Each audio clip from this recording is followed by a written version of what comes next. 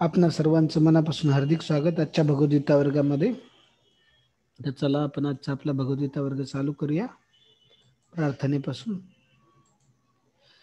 ओम अज्ञानतिमिरन्धस्य ज्ञानाञ्जनशलाकया चक्षुरुन्मिलितं येन तस्मै श्रीगुरवे नमः. श्रीचैतन्यमनोभीष्टं स्थापितं येन भूतले स्वयं रूप कदा मह्यं ददाति स्वपदान्तिकं. वन्देऽहं श्रीगुरोः श्रीयुतपदकमलं श्रीगुरून् वैष्णवांश्च श्रीरूपं साग्रजातं सहगण रघुनाथान्वितं तं सजीवं सावद्वैतं सावधूतं परिजनसहितं कृष्णचैतन्यदेवं श्रीराधा कृष्णपदान् सगण ललिता श्रीविशाखान्वितंश्च नमो विष्णुपदाय कृष्णपृष्ठाय भूतले श्रीमते भक्तिवेदांत स्वामिनिति नामिने नमस्ते सरस्वते देवे गौरवाणी प्रचारिणे निर्विशेष शून्यवादी पाश्चात्य देशतारिणे नमो महावदन्याय कृष्ण प्रेम प्रदायते कृष्णाय कृष्ण चैतन्य नामिने गौरकिशे नमः. हे कृष्णा करुणा सिंधु दीनबंधु जगतपते गोपेश गोपिका कांत राधा कांत नमोस्तुते. तप्त कांचन गौरांगी श्री राधे वृंदावनेश्वरी वृषभानुसुते देवी प्रणमामि हरिप्रिये.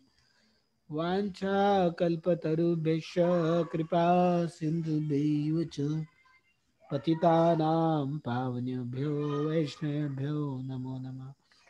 जय श्री कृष्ण चैतन्य प्रभु नित्यानंद श्री अद्वैत गदाधर श्रीवासादि गौर भक्तवृंद. हरे कृष्णा कृष्णा कृष्णा हरे हरे हरे राम राम राम हरे हरे. ठीक आहे. तर आज आपल्याला कोणत्या नंबरचा श्लोक बघायचा आहे? 19 नंबरचा. ओके, चला आपण चालू करूया आपण आपल्या श्लोकाला आजच्या. एनं वेत्ति हंतारं यश्चैन मन्यते हतम् उभौ तौ न विजानीतो नायं हन्ति न हन्यते. एह यह एनं एनं वेत्ति वेत्ति हंतारं हन्तारं यः यः च च एनं यनं मन्यते मन्यते हतं हतम् उभौ उभौ तौ तौ न न विजानीतः विजानीतः न न अयम् अयं हन्ति हन्ति न न हन्यते. हन्यते. वाचा अर्थ आणि तात्पर्य. ज्याला वाटते की जीवात्मा हा मारणारा आहे किंवा तो मरायला जातो, तो अज्ञानात आहे. कारण जीवात्मा मरीत नाही किंवा मरायलाही जात नाही. तात्पर्य: जेव्हा एखाद्या शरीरधारी जीवाला प्राणघातक शस्त्रांनी दुःखपात केली जाते, तेव्हा त्या शरीरातील आत्मा मारला जात नाही हे समजून घेतले पाहिजे. पुढील अनेक श्लोकावरून कळून येते की जीवात्मा हा अत्यंत सूक्ष्म असल्याने कोणत्याही भौतिक शस्त्रांनी त्याची हत्या करणे शक्य नाही आणि त्याच्या आध्यात्मिक स्वरूपामुळे तो मारलाही जाऊ शकत नाही. त्याची हत्या होते किंवा त्याची हत्या झाली असे समजले जाते ते केवळ शरीरच असते. तथापि ही गोष्ट शरीराच्या हत्येला मुळीच उत्तेजन देत नाही. मा हिंसात सर्व भूतानी, कोणाची हिंसा करू नका हा वैदिक आदेश आहे. तसेच जीवात्मा मारला जात नाही ही समजून पशु समजूत हत्येलाही प्रोत्साहन देत नाही. कोणाच्याही शरीराची अधिकार विना हत्या करणे हे निंदनीय आहे. तसे हे राष्ट्रांच्या आणि भगवंताच्या भगवानाच्या भगवंताच्या दंड दंडसंहिते संहितेनुसार. दंडसंहितेनुसार निश्चितच दंडनीय आहे. तरी अर्जुना केवळ प्रहरी खातर नव्हे तर धर्मतत्वाकरिता हत्या करण्यास नियुक्त करण्यात आले होते. अतिशय सुंदर श्लोक आहे की बघा की जर ज्या व्यक्ती समजतो की मी कोणाचा खून केला किंवा मी कोणाला मारू शकतो किंवा मला कोणी मारू शकते, यामुळे बघा काही लोकांना स्वतः मरण्याची भीती वाटते. काही लोकांना दुसऱ्यांना भीती दाखवतात की मी तुला मारू शकतो, मी तुझा खून करू शकतो. तर दोन्ही पण अज्ञानामध्ये आहेत. दोन्हींना पण ज्ञान नाही की जीवात्मा मारू सुद्धा शकत नाही कोणाला आणि तो मरत सुद्धा नाही. बरोबर आहे. हो. तर हे ज्याला कोणाला वाटते की मी मरणार आहे किंवा मी कोणाला मारू शकतो, हे काय ते दोघही अज्ञानामध्ये आहेत. वास्तविक पाहता आपण कोणत्याही जीवात्म्याला मारू शकत नाही किंवा कोणताही जीवात्मा मरत सुद्धा नाही. तर त्यामुळे आपण मारलं तरी काय होणार आहे, कोणाच्या शरीराला मारू शकतो आपण, जीवात्म्याला नाही. शरीर तर पहिलेच मृत आहे, फक्त त्याला काय करू शकतो आपण, निकामी करू शकतो. म्हणजे कोणी बंदुकीची गोळी चालून कोणी चाकूने काय करू शकतो, शरीराला निकामी करू शकतो. आता शरीर निकामी झालं तर ही जी आत्मा आहे त्या शरीराला काय होईल, सोडून दुसऱ्या शरीरामध्ये जाईल. तर आत्मा अत्यंत सूक्ष्म आहे, अतिशय छोटी आहे. आपण बघितलं होतं की केसाचा जो अग्रभाग आहे त्याच्या 10,000 भाग इतकी छोटी आत्मा आहे. तर त्याला कोणत्याच बंदुकीची गोळी सुद्धा लागू शकत नाही, चाकूही लागू शकत नाही, त्याला आग लावल्याने सुद्धा काही फरक पडत नाही. तर असं सांगितलेलं आहे.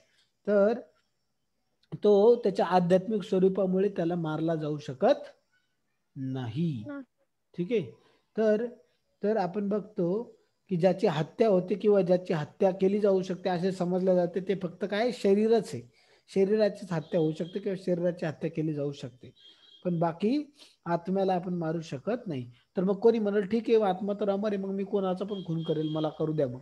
पण काय सांगतात, मा हिंस्यात सर्व भूतानी, म्हणजे कोणाची हिंसा करू नका, हा वैदिक आदेश आहे.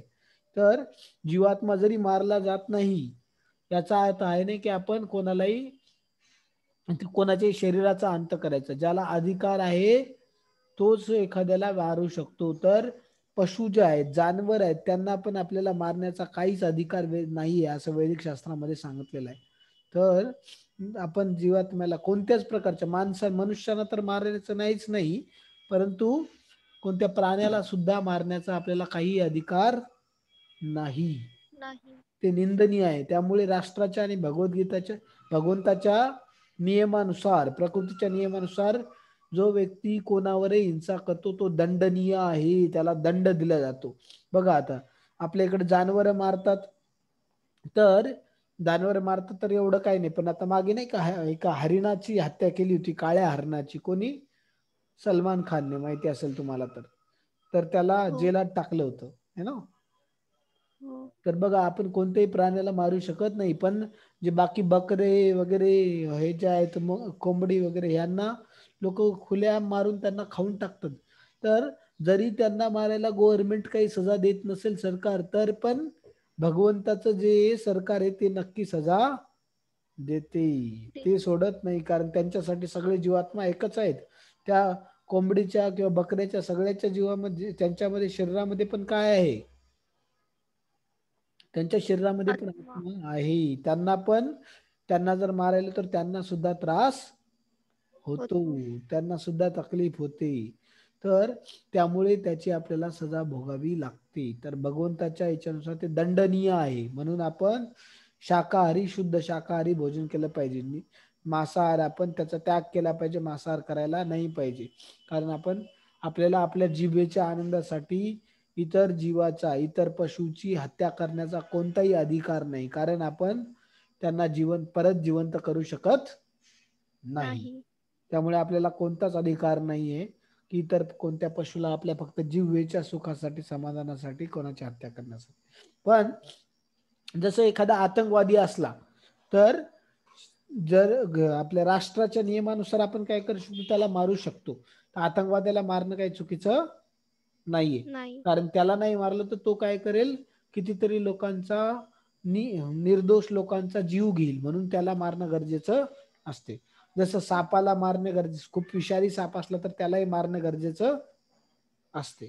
आहे. तर अशा काही काही गोष्टी ज्या आपल्या धर्मतत्वानुसार काय केलेले आहेत, सांगितलेले आहेत की त्या अशा लोकांना मारायला पाहिजे, तर त्या ठिकाणी चालेल. पण बाकी आपल्याला आवडते म्हणून एखाद्याला मारायचं किंवा त्याला मारून खायचं हे पूर्णतः चुकीचे आणि त्यासाठी आपल्याला दंड भोगावा लागतो, लागते. हे या श्लोकामध्ये सांगितलेलं आहे. ठीक आहे, समजलं? हो. तर पुढचा श्लोक आपण बघूया. त्यामुळे मांसाहार जितकं आपण करायचा नाही, शाकाहारी भोजन आपण करायला हवे, हे या पाहिजे. ठिकाणी हे या श्लोकामध्ये सांगितलेलं आहे. तर पुढचा श्लोक बघूया आपण. न जायते म्रियते वा कदाचिन नायं भूत्वा भविता वा न भूयेह अजो नित्यः शाश्वतो अयं पुराणो न हन्यते हन्यमाने शरीरे न न जायते जायते म्रियते मिर्यते वा वा कदाचित कदाचित न न अयं अयं भूत्वा भूत्वा भविता भविता वा वा न न भूयः भूयः अजः अजः नित्यः नित्यः शाश्वतः शाश्वतः अयं अयं पुराणः पुराणः न न हन्यते हन्यते हन्यमाने हन्यमाने शरीरे. शरीरे. वाचत अर्थ आणि तात्पर्य पटापट. कोणत्याही काही आत्म्यासाठी जन्मही आणि मृत्यूही नाही. याचा जन्म झाला होतो असेही नाही, त्याचा जन्म होतो असेही नाही, त्याचा जन्म होणार आहे असेही नाही. तो अजन्मा, सत्यानंद, नित्य अस्तित्वात असणारा आणि पुरातन आहे. शरीराचा नाश झाला तरी त्याचा नाश होत नाही. तात्पर्य. तात्पर्य. गुणात्मक दृष्ट्या परमात्म्याचा सूक्ष्म अनुरूप अंश आणि परमात्मा एकरूप आहेत. शरीराप्रमाणे यांच्यामध्ये काही बदल होत नाही. काही वेळा आत्म्याच्या कुटस्थ किंवा स्थिर असे म्हटले जाते. शरीरामध्ये 6 प्रकारचे स्थित्यंतरे होतात.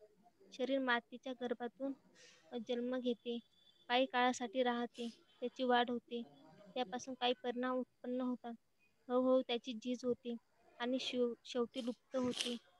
परंतु आत्मा अशा परिवर्तनातून जात नाही. आत्म्याचा जन्म होत नसतो, परंतु तो एक भौतिक शरीर धारण करीत असल्यामुळे त्या शरीराचा जन्म होतो. त्या ठिकाणी आत्मा जन्म घेत नाही आणि मरतही नाही. त्याला जन्म आहे, त्याला मृत्यू हा निश्चितपणे आहे. आणि आत्म्याला जन्म नसल्यामुळे त्याला भूत, वर्तमान आणि भविष्यही नाही.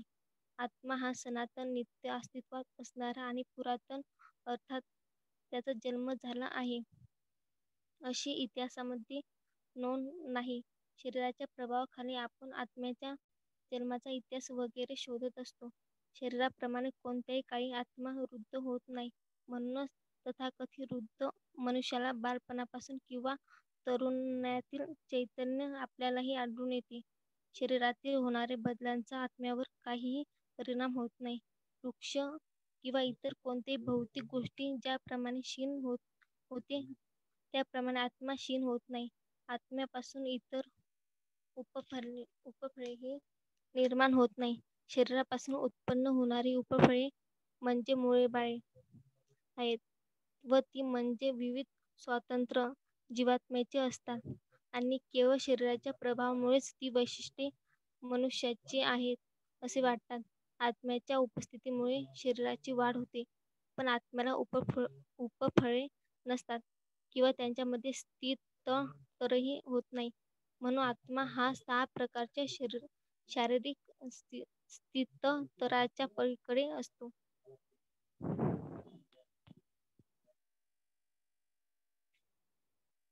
पहिल्यांदा आपण एवढं समजून घेऊया, मग पुढे वाचूया. ठीक आहे.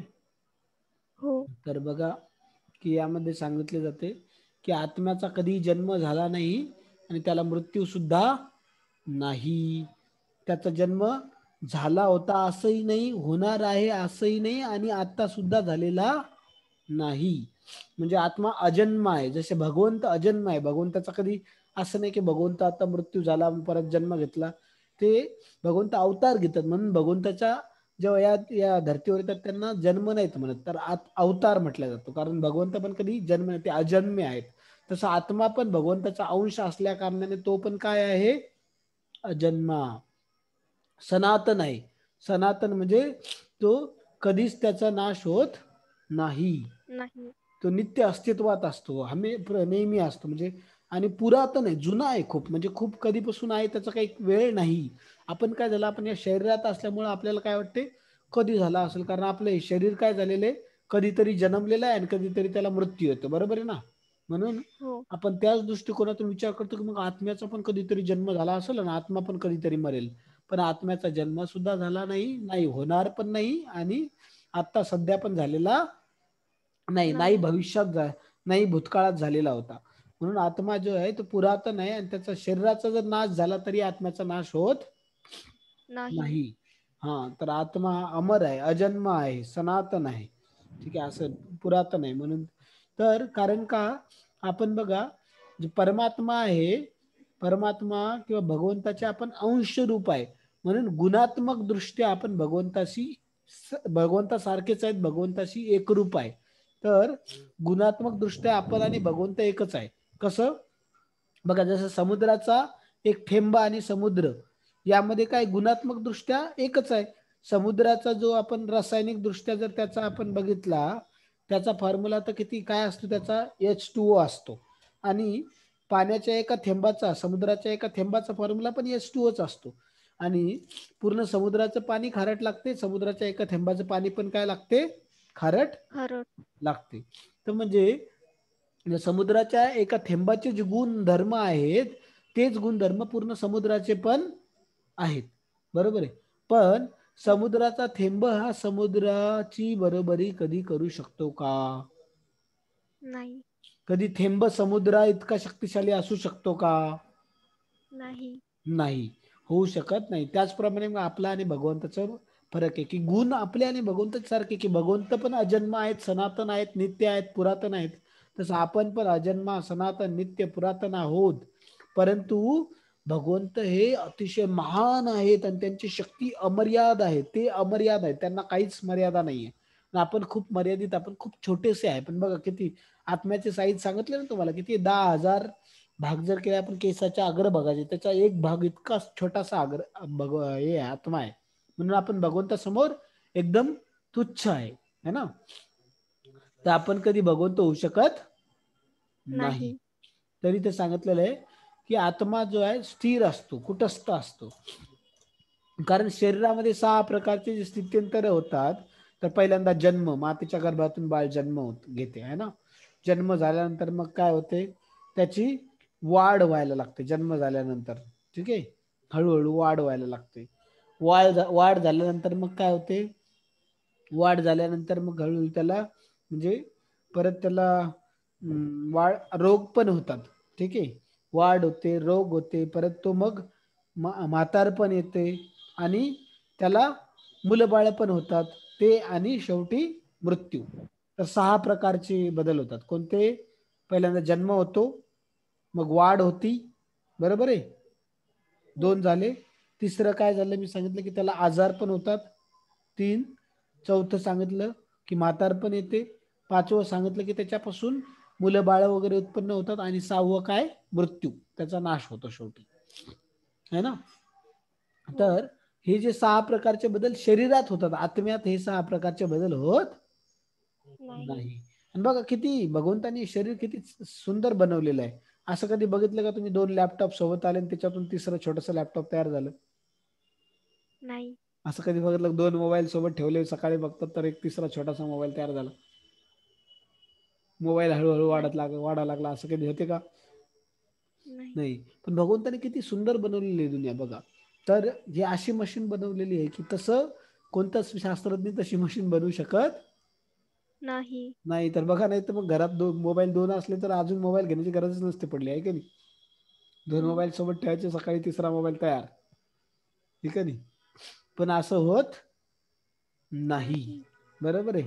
ते इतकं सुंदर भगवंताने शरीर बनवलेलं आहे. तर शरीरापासून बघा, दोघं पती पत्नी सोबत आल्यानंतर शरीरापासून जे बाळ कसं तयार होते, किती एकदम सुंदर त्याची प्रक्रिया आहे. म्हणजे त्याचं एकदम आपण जर बघितलं की इतकं छोटासा असते पोटामध्ये असताना बाळ, ते एवढं मग बाहेर मोठं मोठं होते. बाहेर आल्यानंतर त्याच्यापासून एक एवढा मोठा व्यक्ती तयार होतो. झाडाचं पण बघा, काही काही झाडाचे इतक्या छोट्याशा बिया असतात त्या काही बोटावर पण बसत नाहीत, म्हणजे बोटावर दिसत पण नाहीत, इतक्या लहान असतात बिया. पण त्या इतक्या छोट्याशा बी पासून इतकं मोठं झाड तयार होते. बरोबर आहे ना. इतकं मोठं झाड तयार होतं इतक्या छोट्याशा बी पासून. तर किती अमेझिंग आहे ना. आपल्याला जर म्हटलं कोणी एखादी मोठी बिल्डिंग, काय करा तुम्ही, एका छोट्याशा बियामध्ये ठेवून द्या. ठेवता येईल का आपल्याला एक मोठी बिल्डिंग एका बी मध्ये? नाही. पण भगवंतानी एवढं मोठं झाड एका छोट्याशा बीजामध्ये ठेवलं. किती मोठी जादू आहे का नाही. पण आपण या जादूला कधी बघतच नाही की भगवंतानी इतकं सुंदर जादू. आणि बघ आता, त्या जे फुलाचं झाड असते, गुलाबाच्या झाडाचं जे म्हणजे बी आहे, किंवा एखाद्या झेंडूच्या झाडाचं वगैरे कशाचं पण बीज असलं, एखाद्या फुलाच्या झाडाचं जर बी असलं, तर त्यातून सुगंध येतो का आपल्याला बियातून? नाही, बियातून सुगंध येत नाही. पण मग कसं काय त्या झाडाच्या फुल बनते, त्या फुलातून बरोबर एकदम इतका सुंदर सुगंध येतो, कसा काय? आहे की नाही जादू. तर एवढं सुंदर भगवंतानी बनवलेली प्रकृती. परंतु ते सांगतात की आत्म्याला हे असे काही बदल आत्म्यामध्ये होत नाहीत. तर शरीराचा जन्म होता, आत्म्याचा होत नाही. आत्म्याला जन्मही नाही आणि मृत्यू सुद्धा नाही. तर त्यामुळे बघा, आत्म्याला जन्मही नाही, त्याला भूतकाळामध्ये सुद्धा जन्मला नाही, वर्तमान काळामध्ये सुद्धा जन्म नाही, आणि भविष्यात सुद्धा आत्म्याला जन्म होणार नाही. तो सनातन आहे, नित्य आहे, पुरातन आहे. ठीक आहे, त्याचा जन्म कधी झाला नाही अशी कुठे कधी ऐकले का आत्म्याचा जन्म झाला या दिवशी या रोजी? जसं आपली बर्थडे असते, जन्म तारीख असते आपली, तशी आत्म्याची जन्मतारीख आहे का काही? नाही. त्यामुळे आत्म्याचा असं जन्म झाला असे कुठेच कोणत्याच शास्त्रामध्ये कुठे काही नोंद नाही. ठीक आहे. पण आपण शरीर आहे म्हणून आपण शरीरामध्ये, म्हणून शास्त्रज्ञ काय करतात, स्वतःला शरीर समजतात. म्हणून ते बघतात की अरे, शरीराला तर जन्म झाला आणि त्याला मृत्यू पण असतो, म्हणजे मग शरीराची जन्मतारीख तर आत्म्याची पण काय असायला पाहिजे? जन्मतारीख असायला पाहिजे, असं त्यांना वाटते. पण तसं काही नाही, कारण आत्मा कधी म्हातारा होत नाही. जसं शरीर म्हातारा होते तसं आत्मा म्हातारा होत नाही. मनुष्याला बालपणातून मग तरुण होतो, तरुणातून मग वृद्धावस्था येते, है ना. मग मुलं बाळ होतात, परत त्याला आजार होतो आणि ते मृत्यू पावतो. तर बघा, 6 अवस्था कोणत्या आहेत? जन्म, नंतर बालपण, तारुण्य, है ना, जन्म, बालपण, तारुण्य, मग मुलं बाळ आणि म्हातारपण आणि मृत्यू. हे 6 अवस्था आहेत माणसाच्या शरीराच्या. पण तशा ह्या 6 अवस्था आत्म्याला नसतात. जशा भौतिक गोष्टी क्षीण होतात, ते शरीर पण काही दिवसांनी क्षीण होते म्हातारपणापर्यंत, पण आत्मा क्षीण होत नाहीत. आणि जसं 2 शरीरापासून एक तिसरं शरीर तयार होते, तसं आत्म्यापासून काही मुलं बाळ होत नाहीत. आत्म्यापासून शरीर वगैरे होत नाहीत. आत्मा स्वतंत्र असतो. ठीक आहे, स्वतंत्र जीवात्मा आहे. पण आत्मा पण जे शरीराला पण मुलं बाळ होतात, ते कशामुळे होतं? आत्म्याच्या प्रभावामुळेच होतात, पण आत्म्याला होत नाहीत. समजलं ना. आत्मा शरीरात आहे म्हणूनच कोणाला मुलं बाळ होऊ शकतात. 2 पती पत्नी दोघांच्या पण शरीरात आत्मा असतो, म्हणून ते दोघं सोबत आले तर तिसरा शरीरात त्या आत्मा प्रवेश करतो, पण तो तिसरा आत्मा प्रवेश करतो. ठीक आहे ना. एखाद्या आत्म्याला त्याच्या कर्मानुसार मग त्याला एखाद्या आई वडिलांच्या पोटी जन्म मिळतो.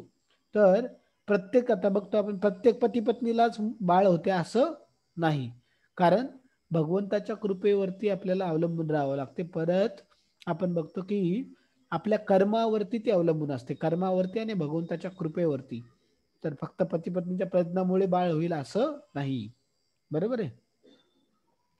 तर यामध्ये आणि प्रभुपादजी एक सुंदर उदाहरण सांगतात, जसं एखादी पती पत्नी दोघांचं लग्न झालं, तर पत्नी जर म्हणली की मला आत्ताच बाळ पाहिजे, लग्न झालं ज्या दिवशी त्याच दिवशी बाळ पाहिजे लगेच, तर लगेच बाळ होऊ शकते का? नाही. शक्य नाही. त्याला तिला पतीची सेवा करावी लागेल. मग पतीची सेवा केल्यानंतर त्यांना दोघांचं प्रेम झाल्यानंतर मग काही वर्ष, एखाद्या वर्षानंतर हळूहळू त्यांना बाळ होईल. तर त्याचप्रमाणे भगवंताच्या भक्तीमध्ये जुडलं की लगेच कोणी जर म्हणत असं मला लगेच भगवंत दाखवा, तर लगेच भगवंत दिसणार नाही. नाहीत. आपल्याला संयम पाहिजे. संयमाने आपल्याला भगवंताची रोज नित्य नेमाने जशी सांगितली त्याप्रमाणे जितकी सांगितली तितकी आपण भगवंताची भक्ती केली पाहिजे, भगवंताची सेवा केली पाहिजे, प्रेमाने भगवंताची सेवा केली पाहिजे, भगवंताशी प्रेम उत्पन्न केलं पाहिजे विकसित. तर मग नक्कीच आपण भगवंताला सुद्धा पाहू शकू आणि आपला जे मन आहे शुद्ध होईल आणि आपण भगवंताची कृपा प्राप्त करू शकू. पण त्यासाठी आपल्याला संयम पाहिजे. संयमाने रोज संयम आणि नियम दोन्ही पण पाहिजे. नियमानुसार आपण भगवंताची भक्ती करत राहिले पाहिजे. संयम ठेवला पाहिजे की एक दिवस नक्की मला आत्मसाक्षात्कार होईल आणि भगवंताची प्राप्ती ही नक्कीच होणार आहे. ठीक आहे. हा, तर जसं एखाद्या स्त्रीला लग्न झाल्यानंतर संयम ठेवावा लागतो की काय जे एका वर्षामध्ये त्यांना काय होईल, मूलबाळ होईल, तसं संयम ठेवावा लागतो. त्याचप्रमाणे भक्तीमध्ये सुद्धा आपल्याला संयम ठेवावा लागतो. ठीक आहे. हे प्रभुपादजी उदाहरण देतात. हे अतिशय सुंदर उदाहरण प्रभुपादजी देतात. तर बघा, कठोपनिषदामध्ये पहिल्या स्कंदामध्ये दुसऱ्या अध्यायामध्ये 18व्या श्लोकामध्ये सांगतात. हा श्लोक बघा काय आहे सांगितला. न जायते म्रियते वा विपश्चिन्नाय कुतश्चिन्न वबू कश्चित अजो नित्य शाश्वतम अयम पुराणो न हन्यते हन्यमाने शरीरे. तर त्याचा अर्थ वाचा. या श्लोकाचा अर्थ आणि आशय हा भगवद्गीतेत असणाऱ्या श्लोकाप्रमाणेच आहे. पण या श्लोकामध्ये एक विपच्चित हा एक विशिष्ट शब्द आहे. याचा अर्थ विद्वान विद्वान किंवा न्यायमय असा होतो. ज्ञानमय. पुढे आत्मा हा पूर्णपणे ज्ञानमय आणि नित्य पूर्ण चैतन्याने युक्त असतो. म्हणून चैतना हे आत्म्याचे लक्षण आहे. हृदयस्थ आत्म्याला जरी कोणी शोधू शकत नसला तरी तो आत्म्याची उपस्थिती केवळ चैतन्याच्या उपस्थितीवरूनही जाणू शकतो. कधी कधी आकाशातील ढगामुळे किंवा इतर काही कारणास्तव आपल्या सूर्य दिसू शकत नाही, तरी सूर्याचा प्रकाश या ठिकाणी नेहमी असतो आणि आपली खात्री होती की ही दिवसाची वेळ आहे.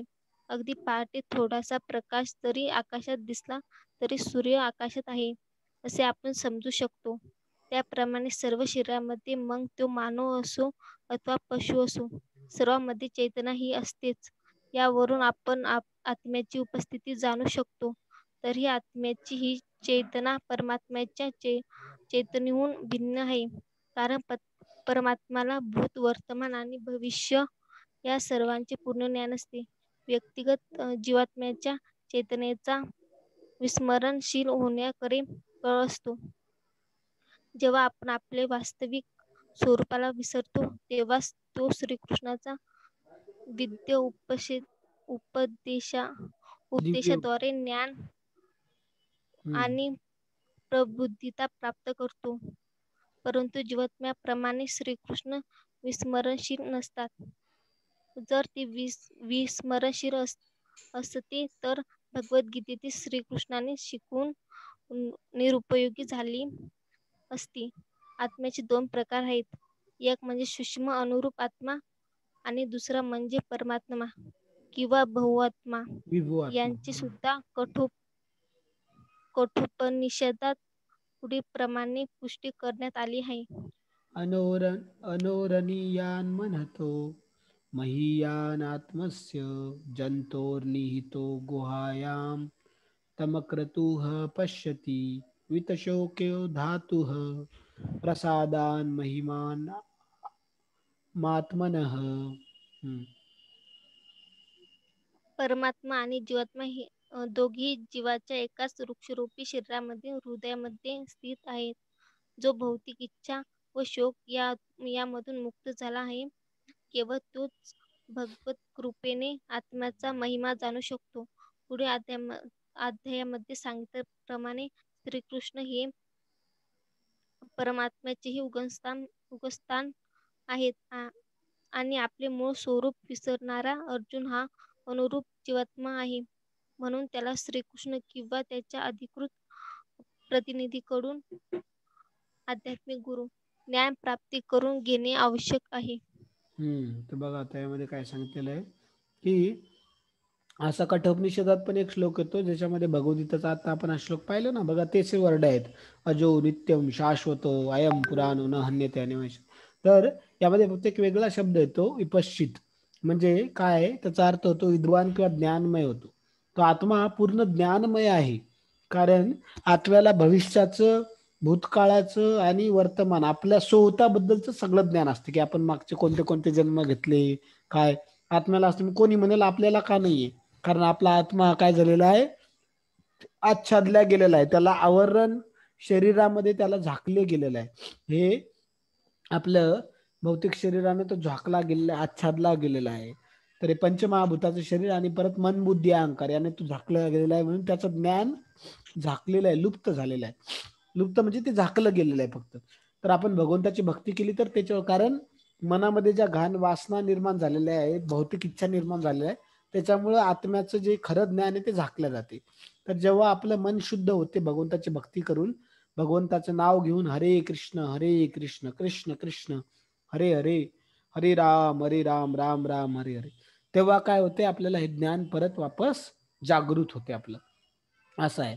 तर आणि आत्म्याला चेतना असतो, म्हणून आपल्या शरीरामध्ये आपल्याला कुठेही काही चिमटा घेतला, कोणी कुठे काटा रुतला पायामध्ये तरी आपल्याला कळते, कारण चेतना ही सर्व शरीरभर पसरलेली आहे. तर बघा, हृदयामध्ये आत्मा कुठे आहे ते जरी आपण शोधू शकलो नसेल तरी, ते पाहू शकत नसेल तरी आपल्याला बघा, मृत व्यक्तीमध्ये चेतना नसते. तर एखाद्या कबड्डीला लात मारली तर ते रडणार नाही किंवा त्याला काही दुःख होणार नाही, परंतु एखाद्या जीवित व्यक्तीला लात मारली तर त्याला लागणार आहे, ते त्याला दुःख होणार आहे, बरोबर, कारण त्याच्यामध्ये चेतना आहे. तर चेतनेवरून आपण समजू शकतो की आत्मा आहे. त्याचं कसं बघा, कधी कधी आता आपण सकाळी सकाळी सूर्य दिसत नाही, परंतु ढगामुळे सूर्य दिसत नाही, पण आपल्याला आकाश बाहेर उजेड दिसला किंवा प्रकाश दिसला तर आपल्याला काय समजून जाते की सूर्य उगवला म्हणून. उगवला कारण घरातून आपल्याला सूर्य दिसते का घरामध्ये, नाही. पण पहाट झाली किंवा दिवस उगवला हे कसं कळते आपल्याला, सूर्यप्रकाशामुळे. सूर्यप्रकाशावरून. तर एखादी गोष्ट दिसत नाही याचा अर्थ ती नाही असं नाही, जसं बुद्धी दिसत नाही याचा अर्थ बुद्धी नाही असं नाही, तसं नाही. आत्मा दिसत नाही याचा अर्थ तो नाही असं नाही. ठीक आहे, बऱ्याच गोष्टी अशा आहेत की ज्या दिसत नाहीत पण त्या अस्तित्वात आहेत. ठीक आहे ना, तसंच आत्मा जरी दिसत नसला तरी तो अस्तित्वामध्ये आहे, पण त्याला आपण समजू शकतो. जसं हवा दिसते का आपल्याला, नाही. पण आपण हवेचा अनुभव करू शकतो, अनुभूती घेऊ शकतो. त्याचप्रमाणे आत्म्याची चेतना ही अनुभूती आहे. चेतना, भावना, मनामध्ये विचार करण्याची शक्ती हे आत्म्याचेच लक्षण आहेत. तर ते आत्म्याशिवाय करू शकत नाही कोणी, हे यामध्ये सांगितलेलं आहे. ठीक आहे, सर्व शरीरामध्ये मनुष्य असो, पशु असो किंवा झाड झुडपं असो, सगळ्यामध्ये ज्याच्यामध्ये चेतना आहे त्या ठिकाणी आत्म्याची उपस्थिती आहे. ठीक आहे, आणि आपण बघितलं की फक्त आत्म्यामध्ये आणि परमात्म्यामध्ये काय फरक आहे की आत्म्याला फक्त स्वतःबद्दलच माहिती असते, परमात्म्याला सगळ्या जीवांबद्दल माहित असते, सगळ्या जीवाच्या भूतकाळाबद्दल, वर्तमानाबद्दल, भविष्याबद्दल सगळ्याचं संपूर्ण ज्ञान असते. आत्म्याला अपूर्ण असते, स्वतःबद्दलच ज्ञान असते फक्त. ठीक आहे, तर आणि दुसरं म्हणजे आत्मा काय, जीवात्मा विसरून जातो. जसं आपल्या मागच्या जन्मीत आपण कोण होतो, त्याच्या मागच्या जन्मीत कोण होतं, आपण काय काय केलं हे आपल्याला आठवते का आता, नाही. नाही. तर आत्म्याला विस्मरणशील आहे, म्हणजे आत्मा विसरून जातो या सगळ्या गोष्टी. परंतु जो भगवान श्रीकृष्ण आहेत ते किंवा परमात्मा यांना कधी विसर पडत नाही.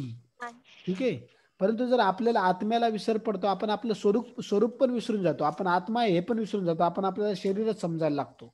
ठीक आहे, परंतु भगवान श्रीकृष्णाचे दिव्य उपदेश आहे, जसे भगवद्गीता भगवान श्रीकृष्णाचा दिव्य उपदेश आहे. तर त्यांच्या ज्ञानाद्वारे आपण प्रबुद्धता प्राप्त करतो. म्हणजे काय प्रबुद्धता, म्हणजे आपण परत जाणीव होते की मी एक आत्मा आहे, मी भगवंताचा सेवक आहे, दास आहे, मी भगवंताची खरी सेवा केली तरच काय करू शकतो, खरं सुख प्राप्त करू शकतो. माझ्या जीवनाचा उद्देशच तो आहे. माझ्या हृदयाचं शुद्धीकरण करणे आणि भगवंताबद्दल प्रेम जागृत करणे, ज्ञान जागृत करणे आत्म्याचं, हे जीवनाचा उद्देश आहे. हे भगवद्गीताच्या दिव्य संदेशाद्वारे, उपदेशाद्वारे आपल्याला समजते. ठीक आहे. पण भगवंत हे विस्मरणशील नाहीत, कारण भगवंत जर विस्मरणशील असते तर भगवद्गीतेला काही अर्थ राहिला नसता. तर भगवंताला सगळ्या प्रकारचं ज्ञान असते, है ना. तर भूतकाळाचं, भविष्यकाळाचं, वर्तमान काळाचं, असे याच्याबद्दल महाभारतामध्ये खूप सारे उदाहरणं येतात. परंतु काय, आता आपल्याकडे वेळ खूप कमी आहे म्हणून ते उदाहरणं मी सांगणार नाही की भगवंताला कसं भूतकाळ, भविष्यकाळ, वर्तमान काळाचं सगळं ज्ञान असते. तर पुढे जो श्लोक येतो कठोपनिषदामध्ये, त्याच्यामध्ये याची पुष्टी करण्यात आली आहे. ठीक आहे. तर आत्म्याचे दोन प्रकार आहेत, एक अनुरूप आत्मा, छोटासा सूक्ष्म, आणि दुसरा म्हणजे परमात्मा किंवा विभू आत्मा. तर परमात्मा हा भगवंतापासूनच येतो. तर परमात्म्याला सगळ्याच ज्ञान असते, पण आत्म्याला फक्त स्वतःबद्दलचं ज्ञान असते. ठीक आहे. तर आत्मा आणि परमात्मा दोघेही शरीरामध्येच राहतात. कुठे? हृदयामध्ये. जसे एका वृक्षावर दोन पक्षी राहतात, त्याचप्रमाणे हृदयामध्ये, या शरीर रूपी वृक्षामध्ये, हृदयामध्ये आत्मा आणि परमात्मा दोघेही वास करतात. आणि जेव्हा आपण, आपल्या सगळ्या भौतिक इच्छा संपतात, भौतिक इच्छाचा नाश होतो आणि सगळ्या शोक, मोह यापासून आपण काम, क्रोध, मद, मोह, मत्सर या सगळ्या गोष्टीतून आपण त्याग करतो, या सगळ्या गोष्टींचा नाश होतो आपल्या हृदयामधून. आपलं हृदय जेव्हा शुद्ध होते तेव्हा आपण भगवंताच्या कृपेने आत्म्याचा महिमा समजू शकतो आणि परमात्म्याला पण समजू शकतो. तर जोपर्यंत आपलं हृदय शुद्ध होत नाही तोपर्यंत आपण भगवंताला किंवा आत्म्याला समजू शकत नाही. बघा, एखादी खूप घाण जागा आहे, तिथे खूप विष्ठा पडलेली, रक्त, मांस हे पडले, अशा ठिकाणी तुम्ही जाणार का? नाही. अशा ठिकाणी जावं वाटेल का? नाही. जर आपल्याला जाऊ शकत नाही, तर जर आपला हृदय जर घाण असेल तर त्या ठिकाणी भगवंताचा वास, भगवंत येऊ शकतील का? भगवंत जागृत होऊ शकतील का अशा ठिकाणी? नाही. म्हणून आपल्याला पहिल्यांदा आपलं हृदय शुद्ध करावं लागेल. कसं हृदय शुद्ध होईल? भगवंताची भक्ती केल्याने, भगवंताचं नामस्मरण जप केल्याने, भगवंताबद्दल ऐकल्याने, भगवंताबद्दल बोलल्याने आपलं हृदय शुद्ध होईल. जेव्हा आपलं हृदय शुद्ध होईल तेव्हा मग भगवंत आपल्या मनामध्ये विराजमान होतील आणि तेव्हा मग आपल्या सगळ्या गोष्टीचं ज्ञान होईल आणि आपल्या सगळा साक्षात्कार, आत्मसाक्षात्कार सुद्धा होईल आणि भगवत साक्षात्कार सुद्धा होईल. पण ते भगवंताच्या कृपेने आणि भगवंताचे जे अधिकृत प्रतिनिधी आहेत, आध्यात्मिक गुरु आहेत, जसे की A.C. भक्तिवेदांत स्वामी प्रभुपाद जी आहेत, त्यांचे शिष्य आहेत, किंवा तुकाराम महाराज आहेत, तर यांच्याकडून जेव्हा आपण ज्ञान प्राप्ती करून घेतो की काय केल्यानं आपलं हृदय शुद्ध होते आणि काय केल्यानं अशुद्ध होते, तेव्हा आपलं काय होईल? खऱ्या अर्थाने आपला उद्धार होईल आणि मग आपल्याला आत्मसाक्षात्कार होईल आणि भगवंताबद्दलचं ज्ञान आपल्याला प्राप्त होईल. ठीक आहे. हरे कृष्ण. हरे कृष्ण. तर आपण इथेच थांबूया. आज तुमच्या सर्वांचं बहुत खूप खूप धन्यवाद. आज तुम्ही आले त्या आपल्या भगवद्गीता वर्गामध्ये. आणि आजचा श्लोक हा खूप सखोल आहे, त्यामध्ये खूप काही आहे बोलण्यासारखं, पण आपला वेळ आज संपलेला आहे. म्हणून आपण उद्याच्या श्लोकामध्ये सुद्धा मागच्या श्लोकाचं काही आपण चर्चा करूया. ठीक आहे. तर हरे कृष्ण. श्रीमद भगवद गीता की जय. जय. पूर्ण पुरुषोत्तम भगवान श्री कृष्ण की जय. जय. कृष्ण कृपा मूर्ती A.C. भक्तिवेदांत स्वामी प्रभुपाद की जय. हरे कृष्ण.